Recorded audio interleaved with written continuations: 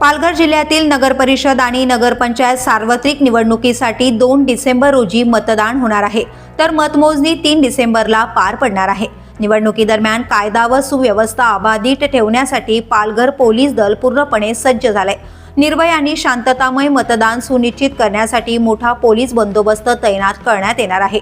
Police अधीक्षक यतीश देशमुख यांच्या नेतृत्वाखाली 1 अप्पर पोलीस अधीक्षक, 5 उपविभागीय पोलीस अधिकारी, 8 पोलीस निरीक्षक, 36 सहाय्यक पोलीस निरीक्षक व उपनिरीक्षक, 424 पोलीस अंमलदार आणि 230 होमगार्ड कर्मचारी तैनात करण्यात आले आहेत। यासोबतच केंद्रीय राखीव दलाच्या 3 तुकड्या, राज्य राखीव पोलीस दलाच्या 2 तुकड्या तसेच 3 स्ट्रायकिंग फोर्स आणि वाहतूक शाखेचा बंदोबस्त करण्यात आलाय।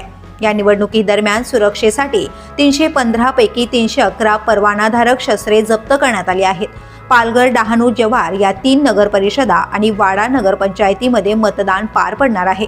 निवडणूक शांततेत, सुरक्षिततेत आणि शिस्तबद्ध वातावरणात पार पडावे यासाठी पोलीस दल पूर्णतेने दक्ष आहे। पालघर पोलीस प्रशासनाकडून सर्व मतदारांना आवाहन करण्यात आलंय की निर्भयपणे मतदान करा। तुमचं एक मत लोकशाही बळकट करतो।